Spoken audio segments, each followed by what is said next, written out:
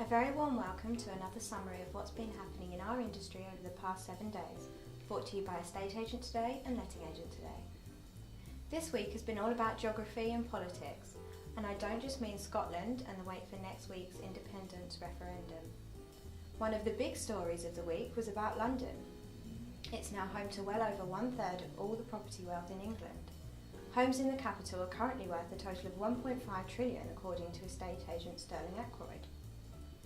The value of the rest of England's property wealth is a mere 2.24 trillion. Sterling Ackroyd says that by 2017, the homes in London are expected to be worth a total of 2.1 trillion, and by that time, London's value will be a full 40% of all England's property wealth. In this week's big financial news, large rises in turnover, profits and transactions for Winkworth. It's the franchise agency's activities outside of London that provided the major reasons for all the good figures. In the first half of 2014, Winkworth recorded income up 20%, sales up 28% and pre-tax profits up 35%. The largest figures of all came from its activities outside London, where transactions were 43% up on the same period last year. That's the geography, now the politics. This week, the Council of Mortgage Lenders issued a manifesto telling parties what they should do to improve the housing market.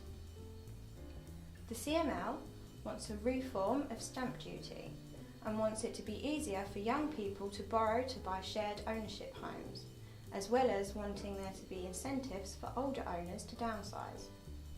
On the letting side, Safe Agent is lobbying the government to make it compulsory for all lettings to be linked to a client money protection scheme.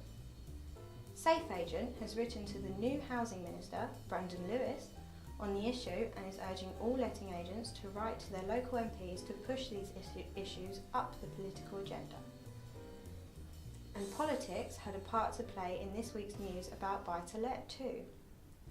A shock announcement by the Treasury made it clear that thanks to a European Union directive, it will be more difficult for accidental landlords to let out their homes to renters.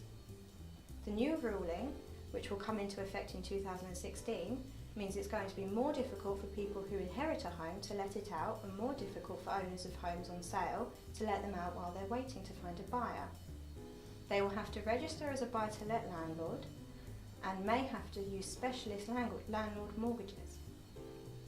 Many organisations in the letting sector, like the Association of Mortgage Intermediaries and the Council of Mortgage Lenders, are complaining to government about it. Someone else who's complaining is Ryan Tuke, who runs One Residential, a new agency in Tooting in South London.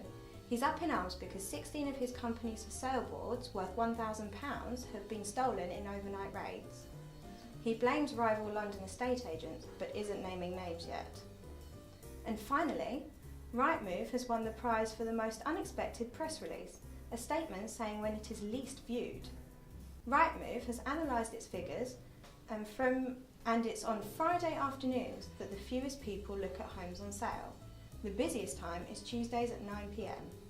No surprises there perhaps, but the portal does break new ground by revealing that almost half of all property searches are now made by smartphones or tablets. Right, we're packing up our iPads and going to do some house price research at a local bar. Remember that Estate Agent Today and Letting Agent Today are updated every weekday, and this video summary of the week appears online every Friday. We would also like to say a huge thank you to all of our readers and are very proud to say that Estate Agent Today now has over 16,000 Twitter followers. You can follow us at EA Today. Have a good week and we'll see you next time.